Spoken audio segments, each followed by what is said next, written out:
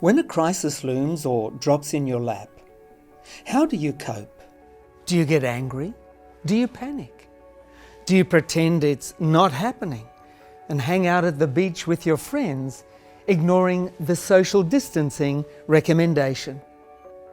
It's easy to have an emotional response to the circumstances around us that is as natural an act as breathing for every single one of us. The difficulty lies in bringing balance to our emotions so they don't consume us. Combining our emotions with reason and judgment is something that all of us struggle with. Sometimes our brains are so strongly conditioned to a certain emotional response in a given situation that we react without thinking. But the ability to manage our emotions well can make a huge difference in how we view the circumstances we find ourselves in, and also how we respond to those circumstances. Let's look at two Bible characters, one who was overwhelmed by his emotions and another who successfully managed his. Both were placed in highly stressful situations, and yet they had completely opposite reactions to an almost identical situation. Our first Bible character is the prophet Elijah. His story is found in the Bible book of 1 Kings, beginning in chapter 17.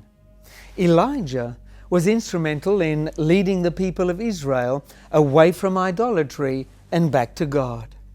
His iconic showdown with the priests of the pagan god Baal on top of Mount Carmel was a significant turning point in the spiritual direction of the northern kingdom of Israel under the rule of King Ahab. But Elijah incurred the wrath of Ahab's wife, Queen Jezebel, who was an ardent follower of Baal and instrumental in introducing the cultic worship of this idol, this false god, to Israel. Incensed by Elijah's blatant defiance of her God and his worship, Jezebel threatened to kill Elijah. Terrified at the prospect, Elijah turned tail and ran. He ran all the way to Mount Horeb, where God met him and asked him a simple, poignant question. "What are you doing here, Elijah?"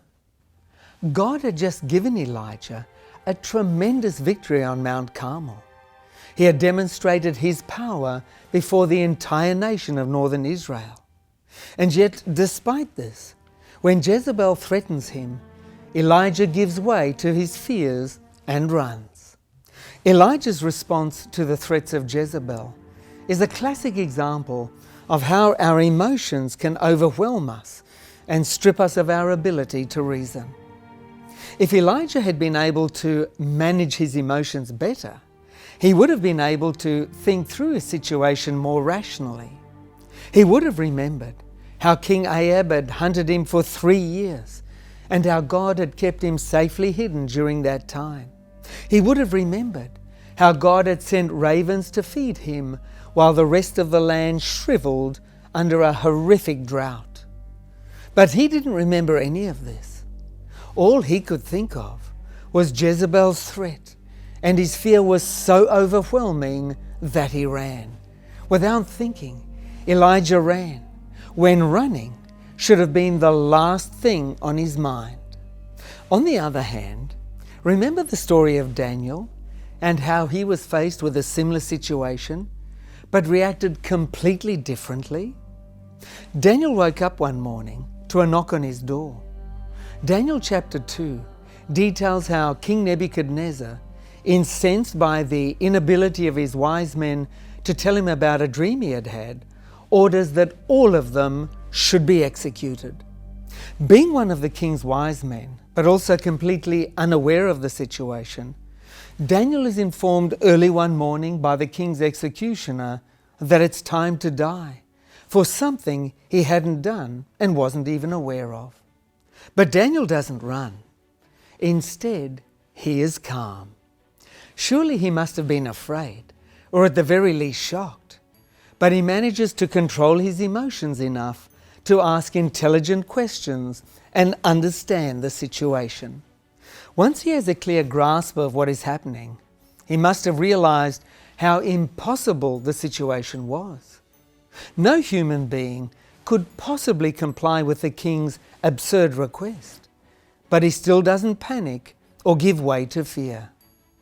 Instead, he asks for time, calls his friends together and prays, asking God for a solution to his problem. And God answers him and provides just as he has promised. Daniel is able to go before the king and tell him his dream and the interpretation. If Daniel responded to the situation as Elijah did, the outcomes might have been very different. Managing our emotions in times of crisis is crucial.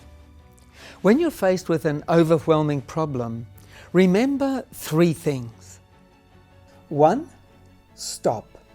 Don't jump to conclusions. 2. Ask questions. And 3. Turn to God for solutions.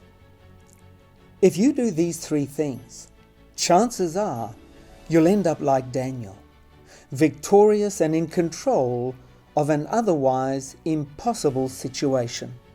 If you would like to develop your emotional intelligence or your ability to cope better with this crisis, then I'd like to recommend the free gift we have to share with you today. It's a booklet called Reach Your True Potential, IQ versus EQ.